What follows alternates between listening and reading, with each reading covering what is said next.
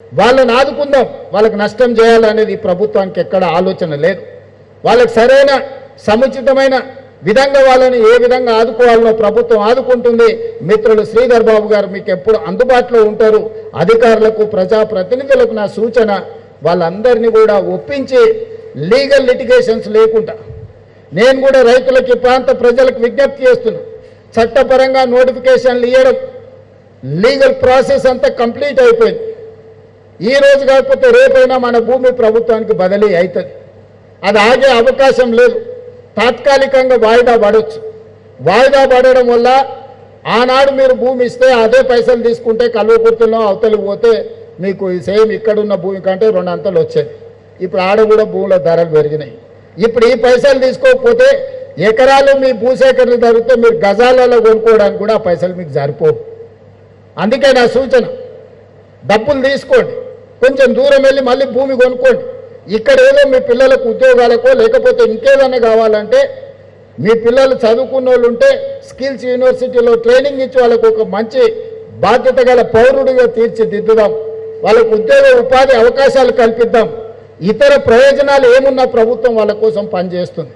కాబట్టి దయచేసి స్థానిక ప్రజాప్రతినిధులకు నా సూచన, పిలవండి, కూర్చోబెట్టండి, మాట్లాడండి, వాళ్ళ బాధ వినండి. వినకుంటేనే గుంజుకుంటున్నామన్న వాళ్ళకు ఒక అభద్రత భావాన్ని ఇవ్వకండి. ఎందుకంటే చాలా వరకు 90% భూములు క్లియర్ అయిన జూపల్లి కృష్ణారావు గారు ఆ రోజు ఇండస్ట్రీస్ మినిస్టర్గా ఉన్నప్పుడే ఈ భూసేకరణ కార్యక్రమం, ఈ ప్రణాళికలు కొంత ముందుకు వచ్చినాయి. ఆ రోజే ఇచ్చి ఆ రోజే డబ్బులు తీసుకుంటే ఈ కొంచెం ఇసుట యాచారం దాటితే నాగార్జున సాగర్ రోడ్లైనా యువతల కడతాల ఆమన్గాలు దాటితే ఇక్కడైనా మంచి భూములు వచ్చేది. ఇప్పుడు ఆ అవకాశం కూడా పోయింది.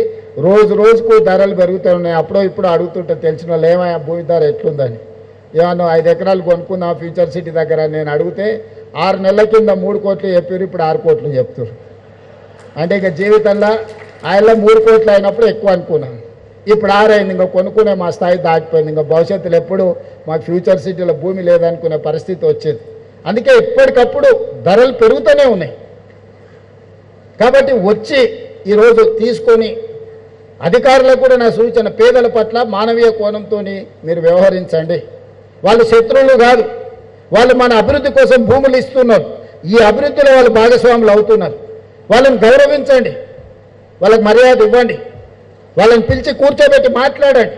మీరు కూర్చోబెట్టి ఛాయ్ తాగిపించి 10 నిమిషాలు మాట్లాడితే వాళ్ళ కడుపు లేదన్న బాధ ఉంటే చెప్పుకుంటారు. ఈ నుండి చేయగలిగింది చేయండి. మీ స్థాయిలో చేయలేని ఉంటే మంత్రి గారి దగ్గరికి తీసుకెళ్ళండి, మంత్రి గారి స్థాయిలో కాదు ఉంటే నా దగ్గరికి తీసుకురండి. ఈ ప్రాంతంలో ఉన్న ప్రతి ఒక్కరు 90% నాకు తెలుసు.